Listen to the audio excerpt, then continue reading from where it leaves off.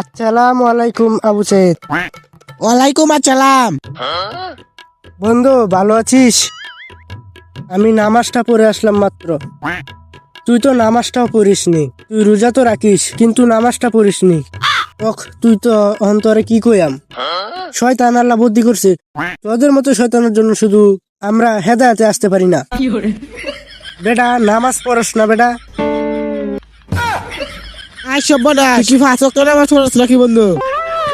ও কে আমার দিকে তোর কি মনে হয়? হ্যাঁ শক্ত নামাজ পড়ি আমি।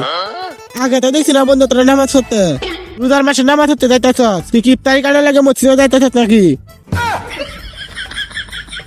তুই আমার এটা কি করছে এটা?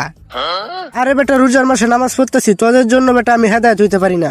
এই তগর কারণে এই নামাজ পড়তে গেলে এইসব আজে বাজে কথা কস বেটা। তগর কারণে হেদায়েত হইতে পারি না বেটা। বালাকাম করতেছি, বালাকামের মধ্যে তুই কস বেটা ইফতারি খানোর লাগিয়া। রমজান মাস 80 মানুষকে হেদায়েত করার জন্য। হর ভালো কথা। আচ্ছা হেদায়েত দিতেছস তো আমরা রে বালা, হেদায়েত দিতে তো হয়। আচ্ছা নামাজ পড়, ঠিক আছে ভালো। বন্ধু তুই নামাজ হতো হেদায়েত দিতেছস, তোর দেহা দিয়ে আমরা হেদায়েত দিতারি। আচ্ছা তুই হেদায়েত তো আচ্ছা বন্ধু সাহের সাথে কথা ক। আরে খারাপ কথা কইস না।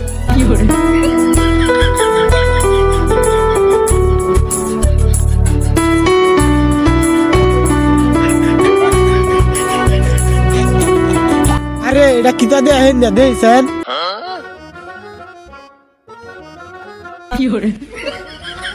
হেট লুচ্চার ঘরে লুচ্চা, তুই না নামাজ পড়ি আইছ, তুই না হেদায়েত তুই একটা সিরে তাইছে রে সাহের সাথ।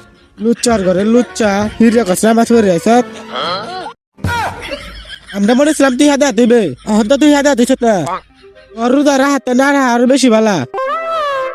সিরিঞ্জ যাইতেছে আমি চাইছি, অপরাধ কি?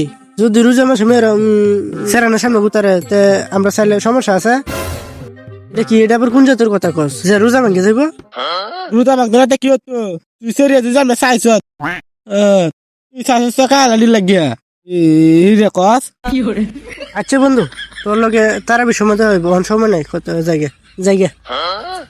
এখন কই যাস? উচিত কথা কইছি দিকে যাতে যা আইসে বালা মানুষটা বালাগিরি দেয় তো লুচ্চার বাচ্চা।